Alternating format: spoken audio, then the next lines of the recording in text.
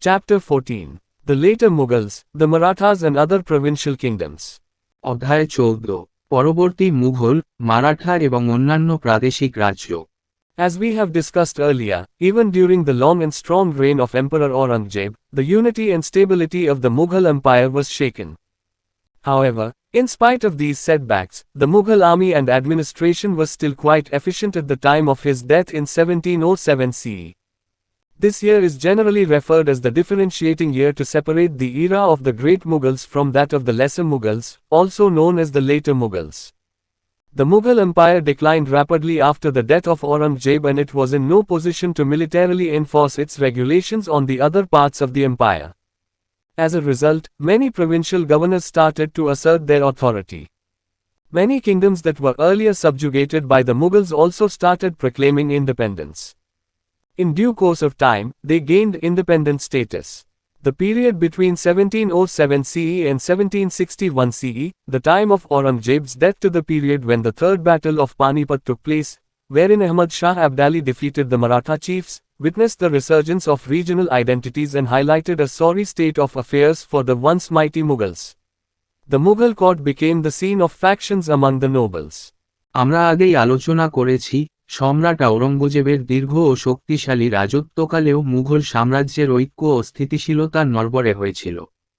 যাই হোক, এইসব বাধা সত্ত্বেও 1707 খ্রিস্টাব্দে তার মৃত্যুর সময় মুঘল সেনাবাহিনী এবং প্রশাসন এখনও যথেষ্ট দক্ষ ছিল।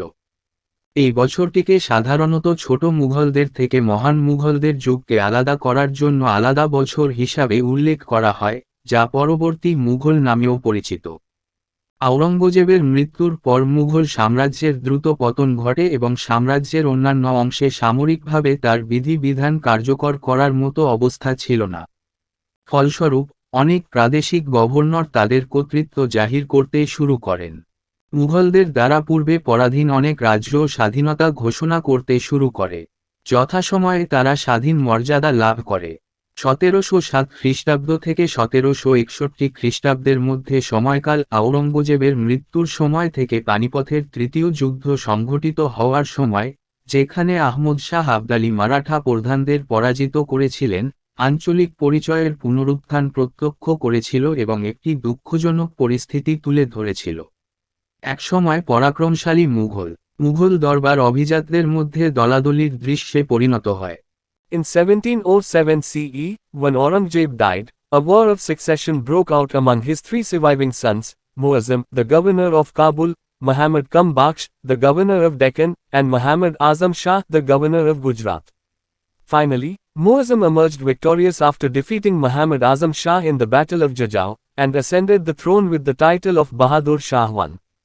1707 খ্রিস্টাব্দে আওরঙ্গজেব মারা গেলে তার বেঁচে থাকা তিন পুত্র মুয়াজ্জাম, কাবুলের গভর্নর, মুহাম্মদ বখশ, দাক্ষিণাত্যের গভর্নর, এবং মুহাম্মদ আজম শাহ, গুজরাটের গভর্নর, মধ্যে উত্তরাধিকার যুদ্ধ শুরু হয়।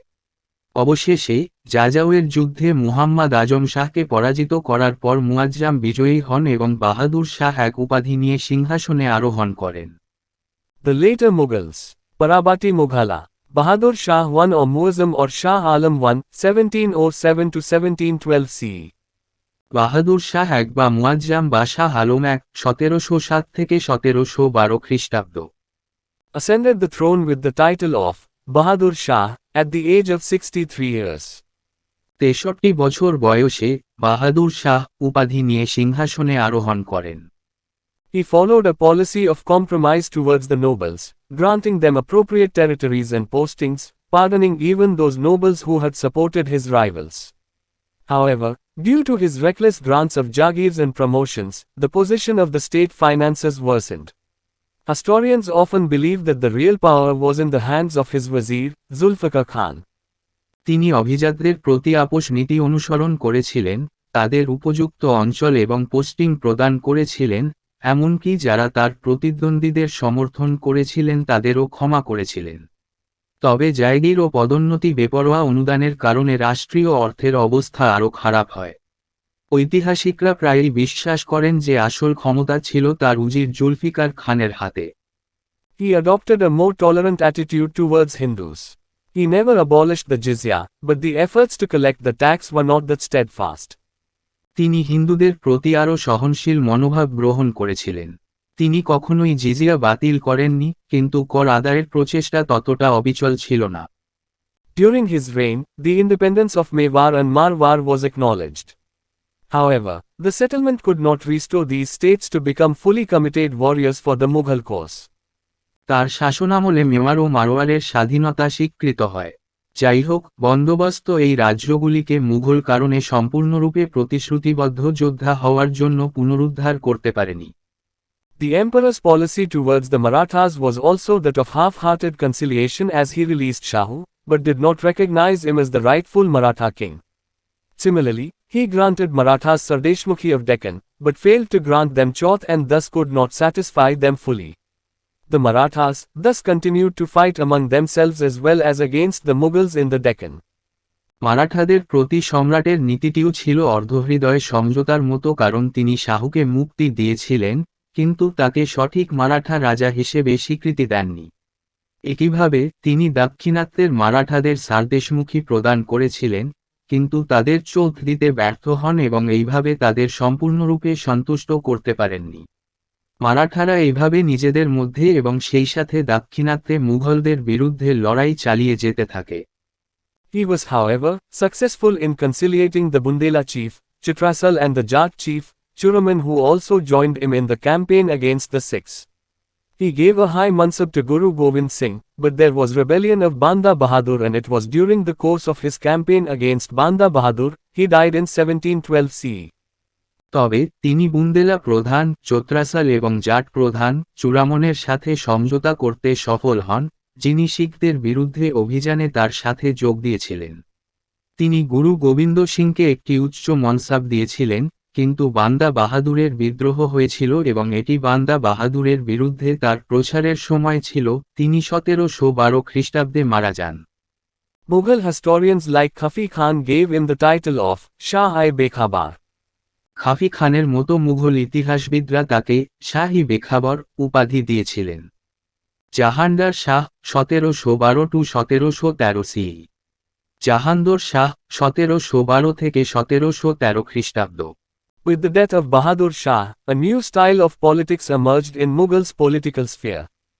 Now, the nobles became direct aspirants to the throne and they utilized the princes as mere pawns to capture authoritarian positions. Thus, the nobles became kingmakers, and the king's mere puppets in their hands. বাহাদুর শাহের মৃত্যুর সাথে সাথে মুঘলদের রাজনৈতিক ক্ষেত্রে একটি নতুন ধারার রাজনীতির আবির্ভাব ঘটে।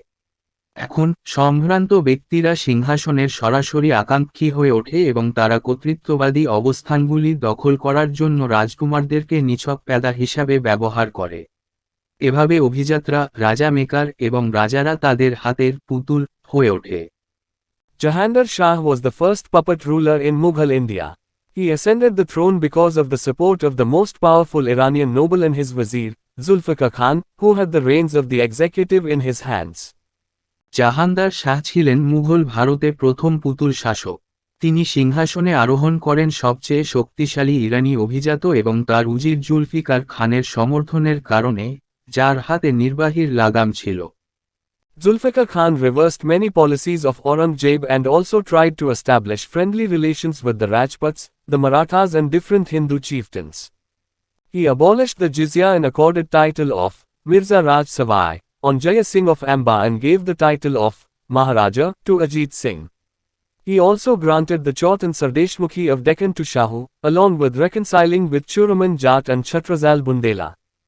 However, the old policy of suppression was continued against Banda Bahadur and the Sikhs. Zulfikar খান আওরঙ্গজেবের অনেক নীতি উল্টে দেন এবং রাজপুত, মারাঠা এবং বিভিন্ন হিন্দু সর্দারের সাথে বন্ধুত্বপূর্ণ সম্পর্ক স্থাপনের চেষ্টা করেন। তিনি জিজিয়া বাতিল করেন এবং অম্বরের জয় সিংকে মির্জা রাজ সওয়াই উপাধি দেন এবং অজিত সিংকে মহারাজা উপাধি দেন। তিনি চূড়ামন জাট এবং ছত্রসাল বুন্দেলার সাথে মিলনের পাশাপাশি দাক্ষিণাত্যের চৌথ ও সারদেশমুখীও শাহুকে প্রদান করেন। যাই হোক, বন্দ বাহাদুর এবং শিখদের বিরুদ্ধে দমনের পুরনো নীতি অব্যাহত ছিল। Zulfikar Khan also made earnest attempts to improve the finances of the empire by checking the reckless grants of jagirs and officers while also compelling the mansabdars to maintain the official quota of troops. But he is infamous in history for introducing the evil practice of ijara, revenue farming. Zulfikar খান জায়গির ও অফিসের বেপরোয়া অনুদান যাচাই করে সাম্রাজ্যের আর্থিক উন্নতির জন্য আন্তরিক প্রচেষ্টা চালান এবং মনসবদারদের সৈন্যদের সরকারি কোটা বজায় রাখতে বাধ্য করেন। কিন্তু ইজারা, রাজস্ব চাষ এর কুপ্রথা চালু করার জন্য তিনি ইতিহাসে কুখ্যাত। Lal Kanwar, a dancing girl, Jahandar Shah's favorite lady, dominated the court. লাল কানোয়ার, একজন নাচের মেয়ে, জাহানদার শাহের প্রিয় মহিলা, দরবারে আধিপত্য বিস্তার করেছিলেন। ফারুক সিয়ার 1713-1719 সি। ফররুখ সিয়ার 1713 থেকে 1719 খ্রিস্টাব্দ। Brother of Jahandar Shah, who defeated Jahandar Shah at Agra in 1713 CE. জাহান্দর শাহের ভাই, যিনি 1713 খ্রিস্টাব্দে আগ্রায় জাহান্দর শাহকে পরাজিত করেছিলেন। He came to the throne with the help of Sayyid brothers, the kingmakers, who promoted the policies initiated earlier by Zulfikar Khan, but had him murdered and appointed themselves to key positions. তিনি সাইয়াদ ভাইদের, রাজা নির্মাতাদের সহায়তায় সিংহাসনে এসেছিলেন, যারা জুলফিকার খানের আগে শুরু করা নীতির প্রচার করেছিলেন, কিন্তু তাকে হত্যা করেছিলেন এবং নিজেদেরকে প্রধান পদে নিয়োগ করেছিলেন। Sayyid Abdullah Khan, Wazir. Hussain Ali Khan, Mir Bakshi. Syed Abdullah Khan, Uzir. Hossain Ali Khan, Mir Bakshi. The Sayyid brothers tried to reconcile with the Rajputs, the Marathas and the Jats, and were also able to suppress the Sikh revolt. It was during Farrukh Sia's reign that Banda Bahadur, the Sikh leader, was executed. Syed ভাইরা রাজপুত, মারাঠা এবং জাটদের সাথে মিটমাট করার চেষ্টা করেছিলেন এবং শিখ বিদ্রোহকে দমন করতেও সক্ষম হয়েছিলেন। ফররুখ সিয়ারের শাসনামলে শিখ নেতা বান্দা বাহাদুরকে মৃত্যুদণ্ড দেওয়া হয়। In 1717 CE, the emperor heedlessly granted to East India Company many trading privileges, including the exemption from custom duties for its trade through Bengal. 1717 খ্রিস্টাব্দে সম্রাট ইস্ট ইন্ডিয়া কোম্পানিকে বাংলার মাধ্যমে বাণিজ্যের জন্য শুল্ক থেকে অব্যাহতি সহ অনেক বাণিজ্য সুবিধা প্রদান করেন। Sayyid brothers completely abolished jizya and also abolished pilgrimage tax at a number of places. Syed ভাইরা জাজিয়া সম্পূর্ণভাবে বাতিল করে দেন এবং বিভিন্ন স্থানে তীর্থযাত্রা করও বাতিল করেন। However, due to the overwhelming powers of Sayyid brothers, friction arose between Farrukh Siyar and the Sayyid brothers. The emperor thrice plotted against Sayyid brothers, but failed to overpower them. যাই হোক, সাইয়াদ ভাইদের অপ্রতিরোধ্য ক্ষমতার কারণে ফররুখ সিয়ার এবং সাইয়াদ ভাইদের মধ্যে দ্বন্দ্ব দেখা দেয়। সম্রাট তিনবার সাইয়াদ ভাইদের বিরুদ্ধে ষড়যন্ত্র করেছিলেন, কিন্তু তাদের পরাভূত করতে ব্যর্থ হন। In the meantime, in 1719 CE, the Sayyid brothers forged an alliance with Balaji Vishwanath, by which they succeeded in receiving Marathas' active armed assistance in the struggle for supremacy going on in Delhi, while in lieu of this favor Marathas gained many concessions. Eventually, with the help of the Maratha troops, the Sayyid brothers killed Farrukh Siyar. ইতিমধ্যে 1719 খ্রিস্টাব্দে সাইয়াদ ভ্রাতৃদ্বয় বালাজি বিশ্বনাথের সাথে একটি মৈত্রী গড়ে তোলে, যার মাধ্যমে তারা দিল্লিতে আধিপত্যের লড়াইয়ে মারাঠাদের সক্রিয় সশস্ত্র সহায়তা পেতে সফল হয়েছিল এবং এই সুবিধার পরিবর্তে মারাঠারা অনেক ছাড় পেয়েছিল। অবশেষে মারাঠা সৈন্যদের সহায়তায় সাইয়াদ ভাইরা ফররুখ সিয়ারকে হত্যা করে। The murder of Farrukh Siyar created a wave of revulsion against the Sayyids among the various factions of nobility, who were also jealous of their growing power. Farrukh সিয়ার হত্যা আভিজাত্যের বিভিন্ন দলগুলোর মধ্যে সাইয়াদের বিরুদ্ধে বিদ্রোহের ঢেউ সৃষ্টি করেছিল, যারা তাদের ক্রমবর্ধমান ক্ষমতার প্রতি ঈর্ষান্বিত ছিল। রাফি আসদারাজাত 1719 সি। রাফি উসদারাজাত 1719 খ্রিস্টাব্দ। Placed by Sayyid brothers in place of Farrukh Siyar. In fact, the Sayyid brothers raised to the throne three young princes in quick succession within a short span of 8 months in 1719 CE. Farrukh সিয়ারের জায়গায় সাইয়াদ ভাইদের বসানো হয়েছে। প্রকৃতপক্ষে সাইয়াদ ভাইরা 1719 খ্রিস্টাব্দে 8 মাসের অল্প সময়ের মধ্যে দ্রুত উত্তরাধিকার সূত্রে 3 যুবক রাজকুমারকে সিংহাসনে বসিয়েছিলেন। Died of consumption, tuberculosis, within 4 months. Tara Masera Madhye Sabain, Yaxma, Marayana. During his reign, Nikusiyar, grandson of Aurangzeb, revolted and set up himself as emperor at Agra with the help of Mitrasen, a Nagar Brahmin. তার রাজত্বকালে নিকুশিয়ার আওরঙ্গজেবের নাতি বিদ্রোহ করেন এবং মিত্রসেনের একজন নগর ব্রাহ্মণ সহায়তায় নিজেকে আগ্রায় সম্রাট হিসেবে প্রতিষ্ঠিত করেন। $, 1719 সি। রফিউজদৌলা 1719 খ্রিস্টাব্দ। Hussain Ali Khan marched upon Agra and took Nikusiyar as prisoner. Hossain Ali Khan আগ্রার দিকে অগ্রসর হন এবং নিকুশিয়ারকে বন্দী করেন। Given the title of Shah Jahan II, Shahjahana II Upadhi Dioya. Shortest reign, died very quickly as he too suffered from consumption, tuberculosis. সংক্ষিপ্ততম রাজত্ব, তিনিও সেবনে যক্ষা ভুগছিলেন বলে খুব দ্রুত মারা যান। Muhammad Shah Rangila or Roshan Akhtar, 1719 to 1748 CE. Mohammad Shah রঙ্গেলা বা রোশন আখতার 1719 থেকে 1748 খ্রিস্টাব্দ। Son of Jahan Shah, brother of Jahandar Shah, who loved dancing and was himself an expert Kathak dancer. জাহান শাহের ছেলে জাহান্দর শাহের ভাই, যিনি নাচ ভালোবাসতেন এবং নিজেও একজন বিশেষজ্ঞ কথক নৃত্যশিল্পী ছিলেন। Under the leadership of the Nizam-ul-Mulk, Chinkilich Khan and his father's cousin Muhammad Amin Khan, he was successful in dislodging the Syed brothers in 1720 CE. Hussain Ali was murdered and Abdullah Khan was made a prisoner. He appointed Muhammad Amin Khan, who had killed Hussain Ali, as vizier under title of Itmad-ud-Dawla. Nizamul মুলক চিনকিলিচ খান এবং তার পিতার চাচাতো ভাই মুহাম্মদ আমিন খানের নেতৃত্বে তিনি 1720 খ্রিস্টাব্দে সায়াদ ভাইদের ক্ষমতাচ্যুত করতে সফল হন। হোসেন আলীকে হত্যা করা হয় এবং আবদুল্লাহ খানকে বন্দী করা হয়। তিনি আমিন খান, যিনি হোসেন আলীকে হত্যা করেছিলেন, ইতমাদ-উদ-দৌলা উপাধিতে উজির হিসেবে। However, autonomous states emerged under his reign. যাই হোক, তার শাসনামলে স্বায়ত্তশাসিত রাষ্ট্রের আবির্ভাব ঘটে। Nizam-ul-Mulk, Deccan. Sadat Khan Awadh. Murshid Quli Khan, Bengal, Bihar and Orissa. Nizamul মুলক দাক্ষিণাত্যার। সাদাত খান আওঘ। মুর্শিদ কুলি খান বাংলা, বিহার ও Orissa. The weakness of the empire was exposed when Nadir Shah not only invaded India but also imprisoned the Mughal emperor and looted Delhi in 1739 CE.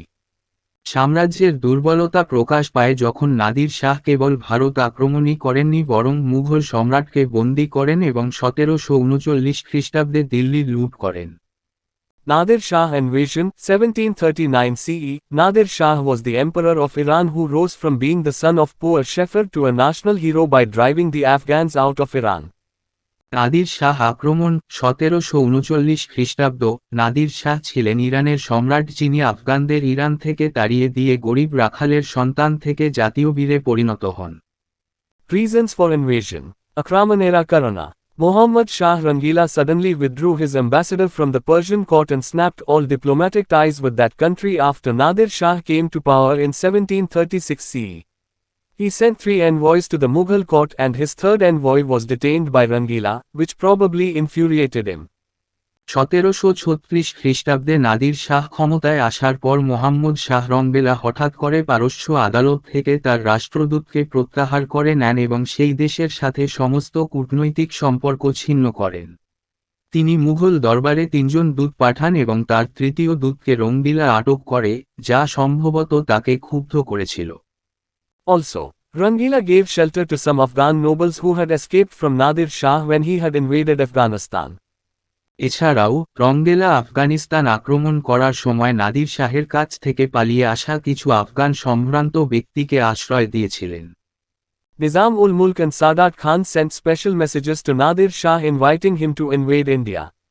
Nizamul মুলক এবং সাদাত খান নাদির শাহকে ভারত আক্রমণের আমন্ত্রণ জানিয়ে বিশেষ বার্তা পাঠান। Course of Nadir Shah's invasion. Nadira Sera Akramanera Dhara. He captured Jalalabad, Peshawar and proceeded towards Lahore. তিনি জালালাবাদ পেশোয়ার দখল করে লাহোরের দিকে অগ্রসর হন। Zakaria Khan, the governor of Lahore, surrendered without much fight. লাহোরের গভর্নর জাকারিয়া খান বিনা লড়াইয়ে আত্মসমর্পণ করেন। Nadir struck a gold coin and read khutba in his name. Nadir একটি স্বর্ণমুদ্রা মারলেন এবং তার নামে খুতবা পড়লেন। Nadir and Muhammad Shah met at Karnal on 1739 CE, but Muhammad Shah was defeated and he agreed to pay an indemnity of 25 crore rupees, and Trans-Indus provinces including Sindh, Western Punjab, and Kabul were ceded to him. Nadir Shah's troops remained in the capital until the money was paid and indulged in a gruesome massacre of the general population, including women and children at Delhi. 1739 খ্রিস্টাব্দে নাদির এবং মোহাম্মদ শাহ কার্নালে মিলিত হন, কিন্তু মো. শাহ পরাজিত হন এবং তিনি রুপির ক্ষতিপূরণ দিতে রাজি হন। 25 কোটি এবং সিন্ধু, পশ্চিম পাঞ্জাব এবং কাবুল সহ ট্রান্স সিন্ধু প্রদেশগুলি তাকে হস্তান্তর করা হয়েছিল। টাকা পরিশোধ না করা পর্যন্ত নাদির শাহের সৈন্যরা রাজধানীতে অবস্থান করে এবং দিল্লিতে নারী ও শিশুসহ সাধারণ জনগণের উপর এক ভয়াবহ গণহত্যায় লিপ্ত হয়। He also took away the famous Kohinoor diamond. Tini Bikhiata Kohinoora Hirav Kare Nina. He was an able general and administrator, but an inhumane butcher in the course of war. তিনি একজন দক্ষ জেনারেল এবং প্রশাসক ছিলেন, কিন্তু যুদ্ধের সময় একজন অমানবিক কসাই ছিলেন। Ahmad Shah Abdali raided the kingdom for the first time during his reign as well. Ahmad Shah Abdali তার রাজত্বকালেও প্রথমবার রাজ্য আক্রমণ করেন। আহমদ শাহ 1748-1757 সিই। আহমদ শাহ 1748 থেকে 1757 খ্রিস্টাব্দ। Born to Muhammad Shah Rangila, only son, through a dancing girl named Qudsiya Begum. মুহাম্মদের জন্ম কুদসিয়া বেগম নামের এক নাচের মেয়ের মাধ্যমে শাহ রঙ্গেলা একমাত্র ছেলে। Ahmad Shah Abdali invaded Delhi many times, and Punjab along with Multan was ceded to him. Ahmad Shah Abdali বহুবার দিল্লি আক্রমণ করেন এবং মুলতান সহ পাঞ্জাব তার হাতে চলে যায়। The Marathas snatched Malwa and Bundelkhand. Marathara Maloya o Bundelkhanda Chinienaya. It is believed that his wazir, Ahmad ul Mulk, had him blinded and imprisoned him at Salimgarh. এটা বিশ্বাস করা হয় যে তার উজির ইমাদ উল মুলক তাকে অন্ধ করে সলিমগড়ে বন্দী করেছিলেন। আলমগীর 2, 1754-1759 সিই। আলমগীর 2, 1754 থেকে 1759 খ্রিস্টাব্দ। Son of Jahandar Singh, Jahandara Sim Era Chele. Repeated invasions of Ahmad Shah Abdali. Ahmada Saha Abadalira Barabara Akramana. The famous Battle of Plassey, 1757 CE, was fought during his tenure. He was also murdered by his wazir Ahmad ul Mulk. পলাশীর বিখ্যাত যুদ্ধ 1757 খ্রিস্টাব্দ তার আমলে সংঘটিত হয়েছিল। তাকেও তার উজির ইমাদ উল মুলক হত্যা করেছিলেন। আলিগেয়ুহার শাহ আলম 2, 1759-1806 সিই। আলিগড় বা শাহ আলম 2, 1759 থেকে 1806 খ্রিস্টাব্দ। During his reign, his power was so depleted that it led to a saying in Persian, Sultanat-e-Shah Alam, as Dilli ta Palam, meaning, the kingdom of Shah Alam is from Delhi to Palam, Palam being a suburb of Delhi. তার শাসনামলে তার ক্ষমতা এতটাই ক্ষয়প্রাপ্ত হয়েছিল যে এটি ফার্সি ভাষায় একটি কথার জন্ম দেয়, সুলতানাত-ই-শাহ আলম, আজ দিল্লি তা পালাম, যার অর্থ, শাহ আলমের রাজ্য দিল্লি থেকে পালাম পর্যন্ত, পালাম দিল্লির শহরতলি। Due to the fear of his wazir, he remained a refugee with Shuja-ud-Dawla of Awadh from 1761 CE until 1764 CE. He did not return to Delhi till 1771 CE, when the Marathas re-established their hold and invited him to the capital. তার উজিরের ভয়ের কারণে, তিনি 1761 খ্রিস্টাব্দ থেকে 1764 খ্রিস্টাব্দ পর্যন্ত আউধের সুজা-উদ-দৌলার কাছে শরণার্থী ছিলেন। 1771 খ্রিস্টাব্দ পর্যন্ত তিনি দিল্লিতে ফিরে আসেননি, যখন মারাঠারা তাদের দখল পুনঃপ্রতিষ্ঠিত করে এবং তাকে রাজধানীতে আমন্ত্রণ জানায়। The Third Battle of Panipat, 1761 CE, was fought during his reign, between the Marathas and Ahmad Shah Abdali. পানিপথের তৃতীয় যুদ্ধ 1761 খ্রিস্টাব্দ। তার রাজত্বকালে মারাঠা এবং আহমদ শাহ আবদালির মধ্যে সংঘটিত হয়েছিল। He also participated in the Battle of Buxar, 1764 CE, along with the combined armies of Mir Qasim, the Nawab of Bengal and Shuja-ud-Dawla, the Nawab of Awadh, against the British East India Company. But he was defeated and was forced to sign the Treaty of Allahabad, 1765 CE, under which the Diwani of Bengal, which included Bihar and Orissa, was granted to the British East India Company. তিনি British east India কোম্পানির বিরুদ্ধে বাংলার নবাব মীর কাসিম এবং আওধের নবাব সুজা-উদ-দৌলার সম্মিলিত সেনাবাহিনীর সাথে বক্সারের যুদ্ধে 1764 খ্রিস্টাব্দ অংশগ্রহণ করেন।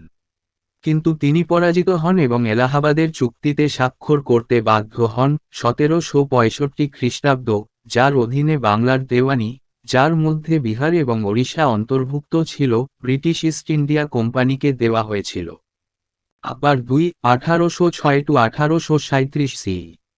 আবার 1806 থেকে 1837 খ্রিস্টাব্দ। Remained only under British protection as in 1803 CE, the British had captured Delhi. He conferred the title of Raja on Ram Mohan Roy. 1803 খ্রিস্টাব্দে ব্রিটিশরা দিল্লি দখল করে নেয়। তিনি রামমোহন রায়কে রাজা উপাধিতে ভূষিত করেন। He was a great poet and is credited with the introduction of the Hindu-Muslim unity festival Phool Walon Ki Sair. তিনি একজন মহান কবি ছিলেন এবং হিন্দু মুসলিম ঐক্য উৎসব ফুল ওয়ালন কি শাইর প্রবর্তনের জন্য কৃতিত্বপ্রাপ্ত। বাহাদুর শাহ দুই অর জাফর 1837-1857 সি। বাহাদুর শাহ দুই বা জাফর 1837 থেকে 1857 খ্রিস্টাব্দ। The last Mughal emperor who was more a nominal head than anything else, is the Mughal Empire existed in name only and his authority was limited only to the city of Delhi, Shahjahanbad. শেষ মুঘল সম্রাট যিনি অন্য যে কোনো কিছুর চেয়ে নামমাত্র প্রধান ছিলেন, কারণ মুঘল সাম্রাজ্য কেবল নামেই বিদ্যমান ছিল এবং তার কর্তৃত্ব শুধুমাত্র দিল্লি, শাহজাহানবাদ শহরের মধ্যে সীমাবদ্ধ ছিল। He was an accomplished Urdu poet using Zafar, meaning victory, as his pen name, and wrote many Urdu ghazals. তিনি একজন দক্ষ উর্দু কবি ছিলেন যিনি জাফর অর্থাৎ বিজয় তার কলম নাম হিসেবে ব্যবহার করেছিলেন এবং অনেক উর্দু গজল লিখেছিলেন। Participated in the revolt of 1857 say, after the revolt, he was deported to Rangoon, where he died in 1862 CE.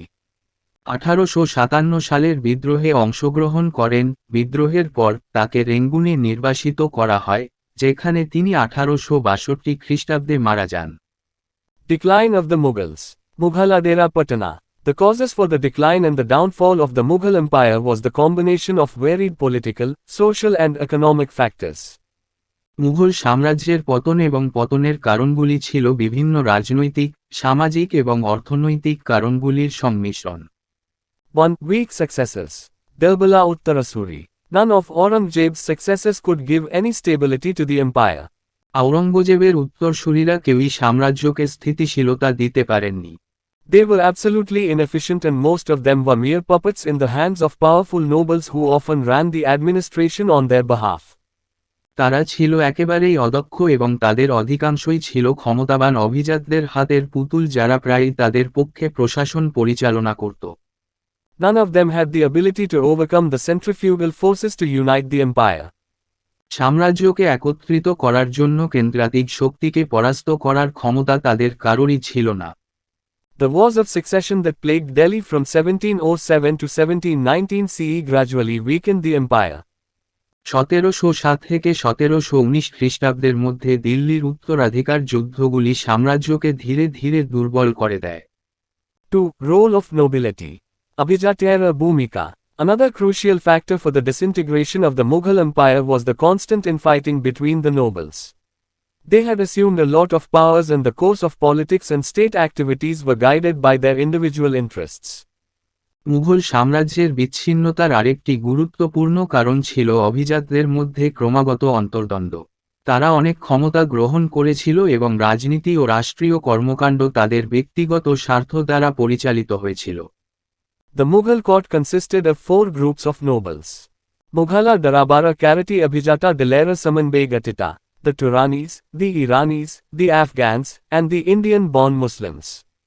তুরানি, ইরানি, আফগান এবং ভারতীয় জন্মগ্রহণকারী মুসলমান। With the accession of weak rulers at the center, these 4 groups fought amongst themselves for more power, jagirs and high offices. They, thus eventually weakened the empire. কেন্দ্রে দুর্বল শাসকদের যোগদানের সাথে এই 4টি দল আরও ক্ষমতা, জায়গির এবং উচ্চ পদের জন্য নিজেদের মধ্যে লড়াই করেছিল। তারা এভাবে সাম্রাজ্যকে দুর্বল করে দিয়েছিল। 3. Ineffective Mughal army, neglect of naval power and foreign invasions. অকার্যকর মুঘল সেনাবাহিনী, নৌশক্তির অবহেলা এবং বিদেশি আক্রমণ। The Mughal army gradually became inefficient and demotivated after losing many important battles. অনেক গুরুত্বপূর্ণ যুদ্ধে হেরে যাওয়ার পর মুঘল বাহিনী ধীরে ধীরে অদক্ষ ও নিঃস্ব হয়ে পড়ে। The neglect of naval power by the Mughals also cost them dearly. মুঘলদের দ্বারা নৌশক্তির অবহেলাও তাদের অনেক মূল্য দিতে হয়েছিল। Further, the external invasions of Nadir Shah and Ahmad Shah Abdali not only took a heavy toll of the imperial treasury but also exposed the inefficiencies of the Mughal military and political administration. তদুপরি, নাদির শাহ এবং আহমদ শাহ আবদালির বহিরাগত আক্রমণগুলি কেবল সাম্রাজ্যের কোষাগারের ব্যাপক ক্ষতিই করেনি বরং মুঘল সামরিক ও রাজনৈতিক প্রশাসনের অদক্ষতাও প্রকাশ করে। 4. Lack of strong finances. শক্তিশালী অর্থের অভাব। Due to the emergence of many autonomous states, the revenue sources depleted, and due to continuous wars, the treasury was further emptied. অনেক স্বায়ত্তশাসিত রাজ্যের উত্থানের কারণে রাজস্বের উৎস হ্রাস পায় এবং ক্রমাগত যুদ্ধের কারণে কোষাগার আরও খালি হয়ে যায়। 5. Orthodox rule of Aurangzeb.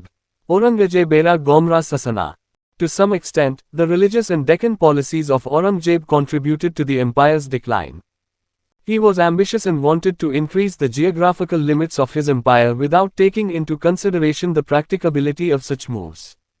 His hard-headed attitude towards the Marathas, Rajputs and the Jats turned away the loyal warriors, and he went on making more enemies without having strong alliances. His religious policy too alienated the Hindus, which certainly had an adverse effect on the stability of the empire. কিছুটা হলেও আওরঙ্গজেবের ধর্মীয় ও দাক্ষিণাত্যা নীতি সাম্রাজ্যের পতনে ভূমিকা রাখে।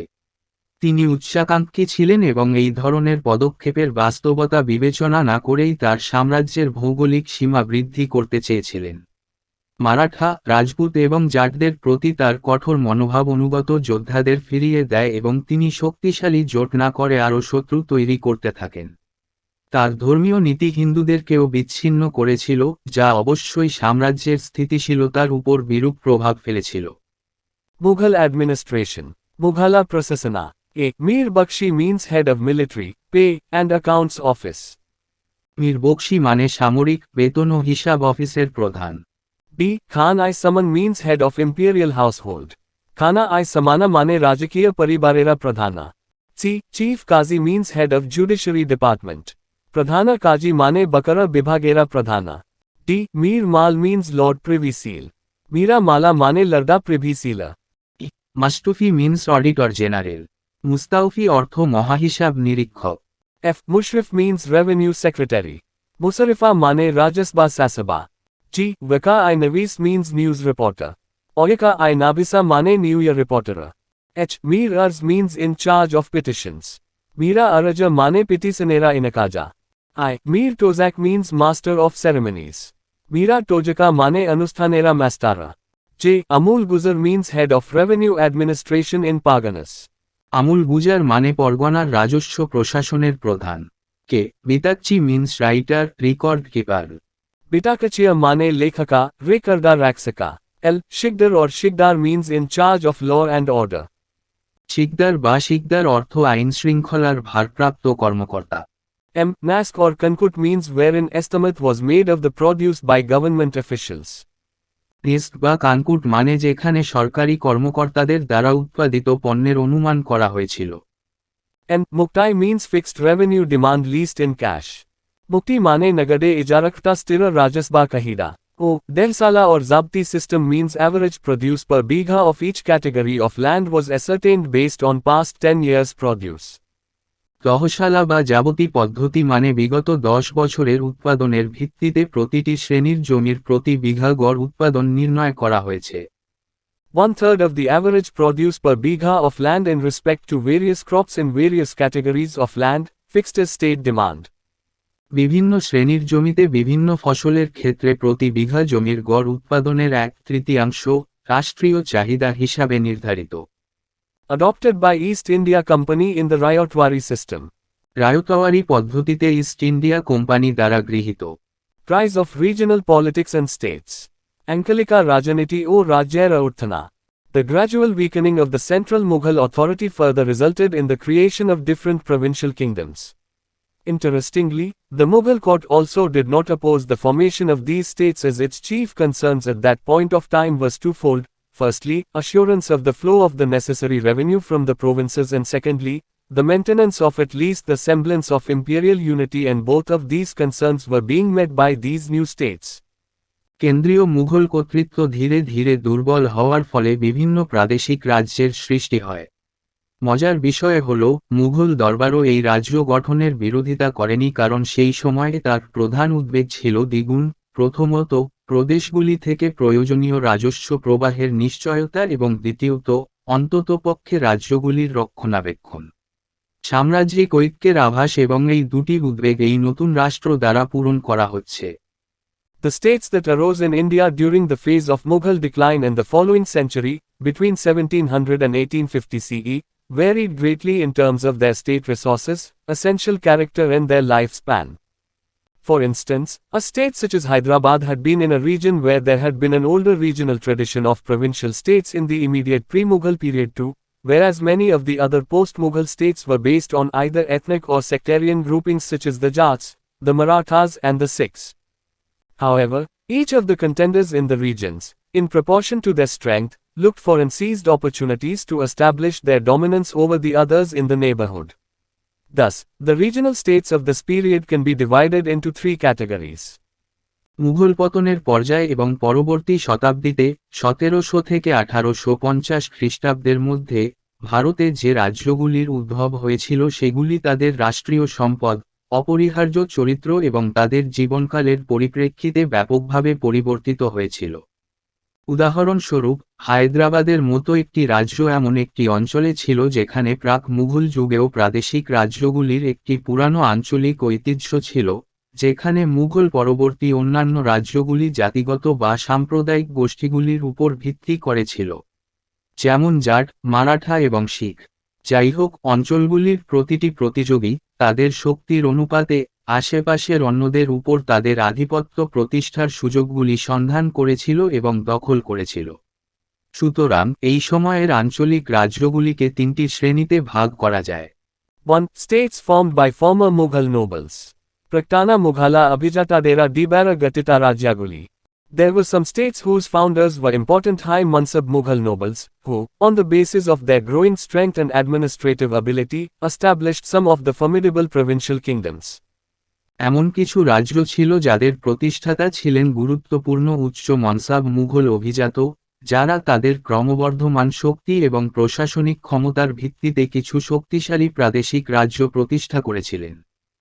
Though they had declared independence from Mughal rule, yet they never broke formal ties from the Mughal state.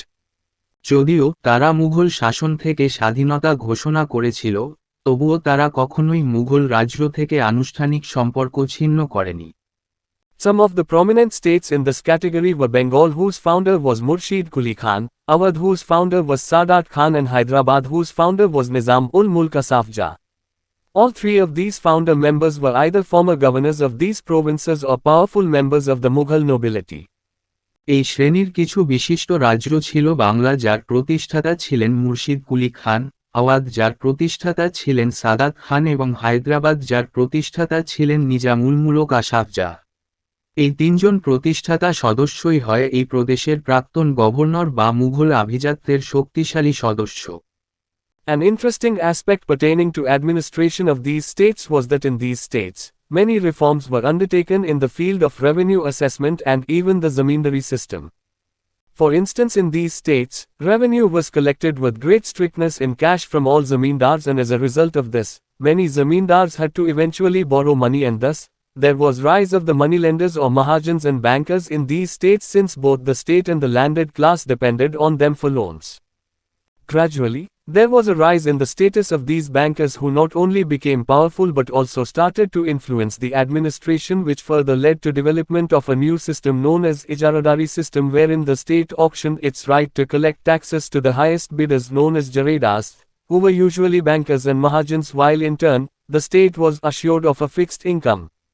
এই রাজ্যগুলির প্রশাসনের সাথে সম্পর্কিত একটি আকর্ষণীয় দিক ছিল যে এই রাজ্যগুলিতে রাজস্ব মূল্যায়নের ক্ষেত্রে এমনকি জমিদারি ব্যবস্থার ক্ষেত্রেও অনেক সংস্কার করা হয়েছিল।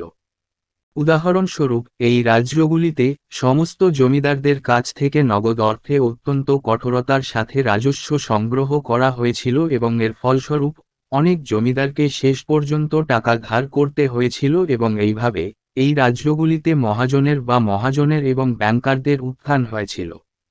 রাষ্ট্র এবং জমিদার শ্রেণী ঋণের জন্য তাদের উপর নির্ভরশীল।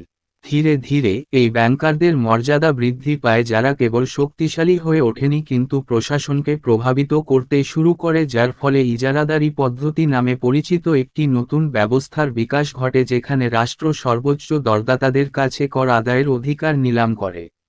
জারেদার নামে পরিচিত, যারা সাধারণত ব্যাংকার এবং মহাজনের ছিল। অন্যদিকে রাষ্ট্র একটি নির্দিষ্ট আয়ের আশ্বাস পায়।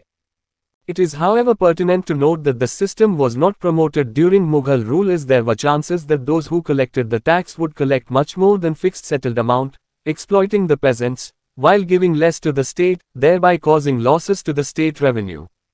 তবে এটি লক্ষ্য করা প্রাসঙ্গিক যে মুঘল শাসনামলে এই ব্যবস্থাটি প্রচার করা হয়নি, কারণ এমন সম্ভাবনা ছিল যে যারা কর সংগ্রহ করেছিল তারা নির্দিষ্ট বন্দোবস্তকৃত পরিমাণের চেয়ে অনেক বেশি আদায় করবে, কৃষকদের শোষণ করবে এবং রাজ্যকে কম দেবে, যার ফলে রাজ্যের ক্ষতি হবে। রাষ্ট্রের রাজস্ব। 2. Wat and Jagirs. Oyatana Jayagira. The second category of regional states in the 18th century was those states that had already enjoyed a lot of independence during the Mughal rule as Wat and Jagirs, such as the Rajput states. 18 শতকে আঞ্চলিক রাজ্যগুলির দ্বিতীয় শ্রেণী ছিল সেই রাজ্যগুলি যেগুলি ইতিমধ্যেই রাজপুত রাজ্যগুলির মতো ওয়াতান জায়গির হিসাবে মুঘল শাসনামলে প্রচুর স্বাধীনতা উপভোগ করেছিল। 3. Rebellious states. Bidrohi Rashtra. The third category of regional states was those that had emerged after rebelling against the Mughal authority. The Sikhs, the Marathas, and the Jats belonged to this group, and out of them, the Marathas over the course of time emerged as a formidable power. তৃতীয় শ্রেণীর আঞ্চলিক রাজ্যগুলি ছিল যেগুলি মুঘল কর্তৃত্বের বিরুদ্ধে বিদ্রোহ করার পরে আবির্ভূত হয়েছিল। শিখ, মারাঠা এবং জাটরা এই গোষ্ঠীর অন্তর্ভুক্ত ছিল এবং তাদের মধ্যে থেকে সময়ের সাথে সাথে মারাঠারা একটি শক্তিশালী শক্তি হিসাবে আবির্ভূত হয়েছিল। এখানেই এই ভিডিওটি শেষ করলাম। পরবর্তী ভিডিওতে আমরা এই চ্যাপ্টারের বাকিটা পড়ব।